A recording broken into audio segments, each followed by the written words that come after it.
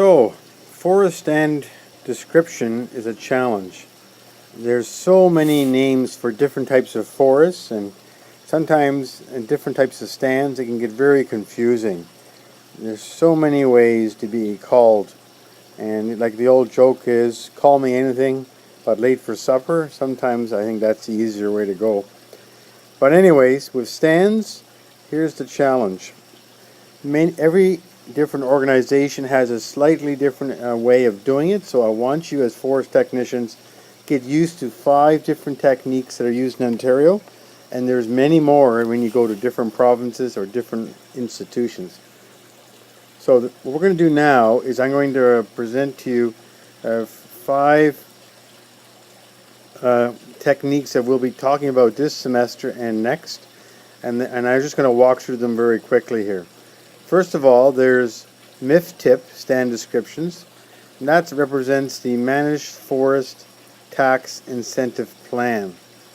And then you guys will be writing one of these plans in about week 6. And the stand descriptions they use there are very broad, like deciduous, coniferous, and or mixed forest, very broad. The next one we're going to look at is the OM&R forest cover types. And the OM&R is the Ontario Ministry of Natural Resources. And what they do is they use forest cover types, and they expect a little more detail. So they would have lowland or upland hardwoods and such. So they have more descriptors of the trees that you would find there. Okay. And then the next one we will look at is FRI, Forest Resource Inventory. This is looking strictly at the dominant trees in the stands, but looking at them in a defined percentage for each species. So for example, jack pine is 80% and poplar is 20%. That's called FRI. The next one, which is more current in use, and the next 2 are actually quite close to each other, but forest ecosystem classification, what this way of describing the forest stand is by saying, let's take a look at it, and let's look at it for the trees, the soils, the herbs, the shrubs, the ferns, the bryophyte, everything is included. And these FEC were developed in Northern Ontario, Western Ontario, Northwest Ontario, Central Ontario, and Northeastern Ontario. And they each had their own way of categorizing the forest into these ecological classifications.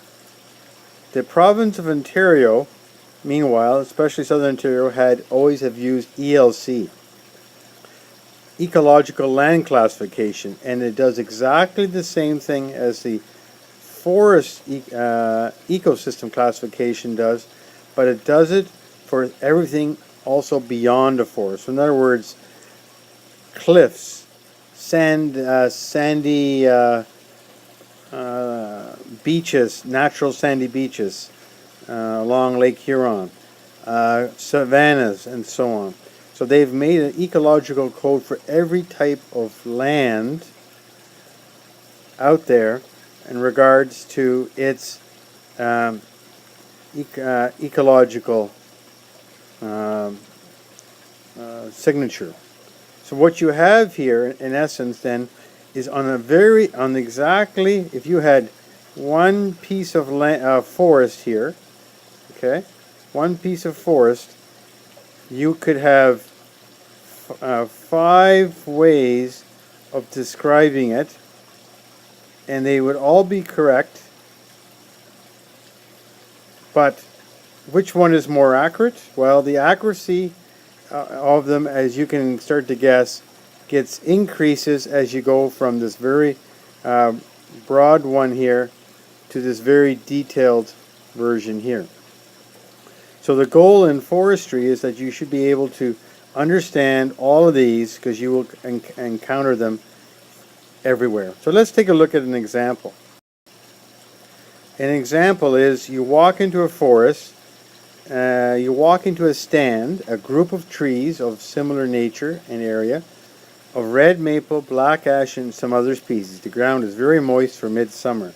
So you've got all this black ash growing, and then you have red maples in there. Let's make them look like that. Okay, and then under the ground, and the ground is quite moist. So, right. So the ground is. It's not a swamp. It's just the ground is moist, even in midsummer.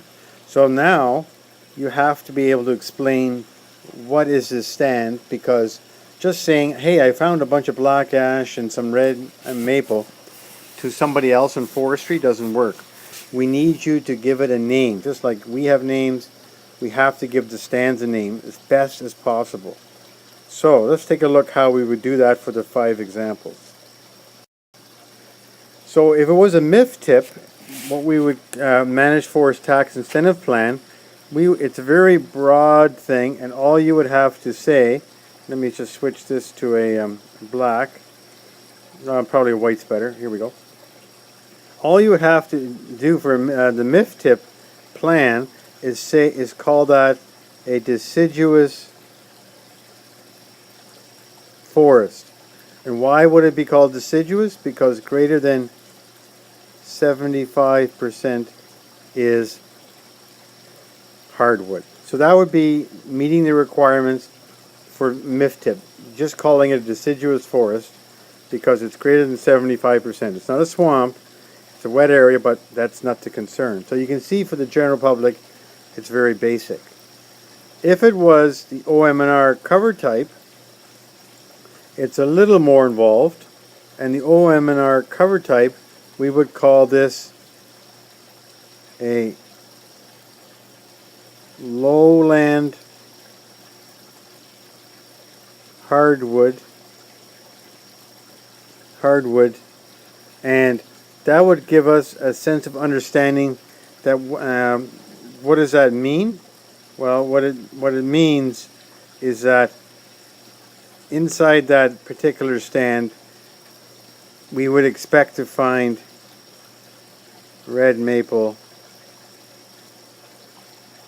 black ash, and other species. So that would give us a lot more description. Okay, so that's the OM&R type. Now, if it's the FRI, the Forest Resource Inventory, it gets to become more specific, and what is expected here is that you describe the trees found by their size. So it'd be red maple 40%, black ash 30%, white elm 20%, and let's say even some cedar, which is a basic conifer, meaning it lives on basic soils. So that would be called the FRI. So this here would be the FRI. So it's a description of the stand. So now we've already gone through 3 different ways of describing the very same stand: deciduous, lowland hardwood, or this FRI. Now under the FEC,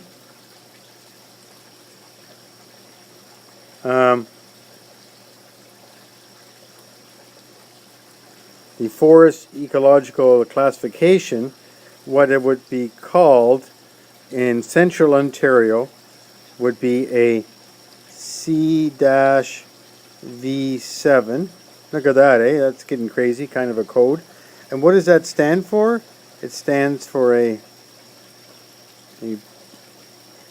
black ash slash hardwoods, meaning other trees included, and it would have besides this V7, if you look it up, it would explain the ferns, the shrubs, the herbs, the soil, everything. So it's way more detail than the ones above. And then the ELC, which is the way we were going in Ontario, is a way of describing any place. Remember, FEC was dedicated for Northern Ontario, north of the French River. The ELC is for all of Ontario, for all types of lands, and they would call this lowland, deciduous area, V7. Their code is to call it an FOD 7, which stands for forests, deciduous, and the 7 implies a code, as you can see above, for the black ash. And if you looked up the wording for this, they would call this a fresh, moist, lowland. I'm running out of space. Deciduous forest eco site. So you can see here how the detail increases as we go through, but you are responsible to know all of these when you talk forestry talk in Ontario or any other province. So that's how we want you to look at all those websites we provided for you in Prezi and be able to code your forests that you walk through when you are going to present this information to us. That's forest types in Ontario.